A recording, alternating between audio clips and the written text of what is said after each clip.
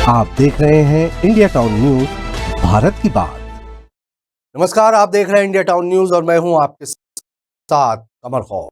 आपको बता दें कि छत्तीसगढ़ की राजनीति और प्रशासनिक गतिविधियों पर सभी की नजर टिकी हुई। राज्य की आने वाली योजनाओं और जनता से जुड़े अहम फैसलों के लिए मंत्रिपरिषद की बैठक को बेहद महत्वपूर्ण माना जा रहा है।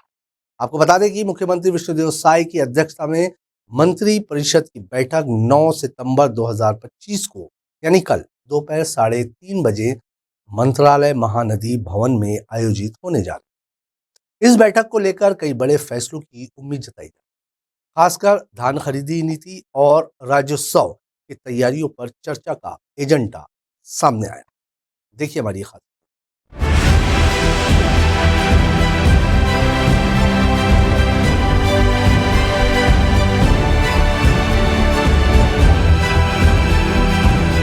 छत्तीसगढ़ की राजनीति में हर मंत्रिपरिषद की बैठक का खास महत्व होता है। इस बार की बैठक इसलिए और अहम है क्योंकि इसमें पहली बार नए शिक्षा मंत्री गजेंद्र यादव, मंत्री राजेश अग्रवाल और मंत्री खुशवंत साहिब शामिल हैं। माना जा रहा है कि धान खरीदी नीति को मंजूरी मिल सकती है। साथ ही आने वाले राज्योत्सव 2025 की तैयारियों पर भी कैबिनेट चर्चा करेगी। आपको यहाँ बताते चले कि इससे पहले 19 अगस्त 2025 को मंत्री परिषद की बैठक हुई, जिसमें कई बड़े और जनता से जुड़े फैसलों पर मुहर लगी थी, जिसमें पीडीएस के अंतर्गत चना वितरण का फैसला अहम था। इसके तहत मंत्री परिषद ने तय किया था कि अनुसूचित क्षेत्र और माडा पॉकेट क्षेत्र में रहने वाले अंत्योदय और प्राथमिकता श्रेणी के परिवारों को हर माह वितरित किए जाने वाले 2 किलो चने की खरीदी अब ई ऑक्शन प्लेटफॉर्म से ही की जाएगी। इस प्रक्रिया में 0.25% या उससे कम ट्रांजैक्शन सर्विस चार्ज लगेगा।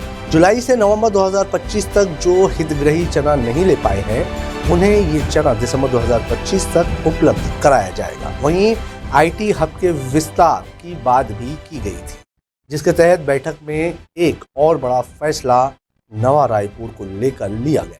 राज्य सरकार ने सूचना प्रौद्योगिकी और आईटीईएस उद्योग को बढ़ावा देने के लिए 90 एकड़ जमीन रियायती दर पर आवंटित करने का निर्णय लिया।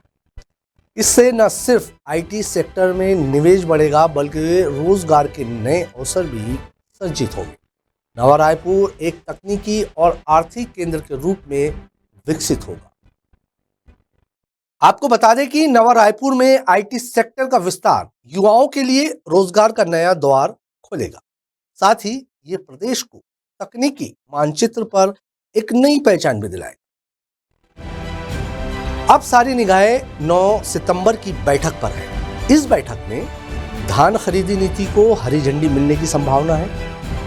राज्योत्सव 2025 की भव्य तैयारियों पर विस्तार से चर्चा होगी। साथ ही अन्य प्रशासनिक व वित्तीय प्रस्तावों पर भी मोहर लग सकती है। बैठक के बाद deputy CM Arun Sao media से रूबरू होंगे और बैठक में लिए गए फैसलों की जानकारी साझा करेंगे। छत्तीसगढ़ में इस वक्त राज्य सरकार की नीतियों और फैसलों पर हर कोई नजर गाड़ाए हुए। किसानों को राहत, रोजगार के अवसर और विकास की दिशा, सबका सीधा संबंध इन बैठकों से जुड़ा होता है। अब देखना यह होगा कि मुख्यमंत्री विष्णुदेव साय की अध्यक्षता में होने वाली ये बैठक जनता के लिए कितनी राहत लेकर आती है और आने वाले समय में छत्तीसगढ़ किस नए विकास मॉडल की ओर कदम बढ़ाता है।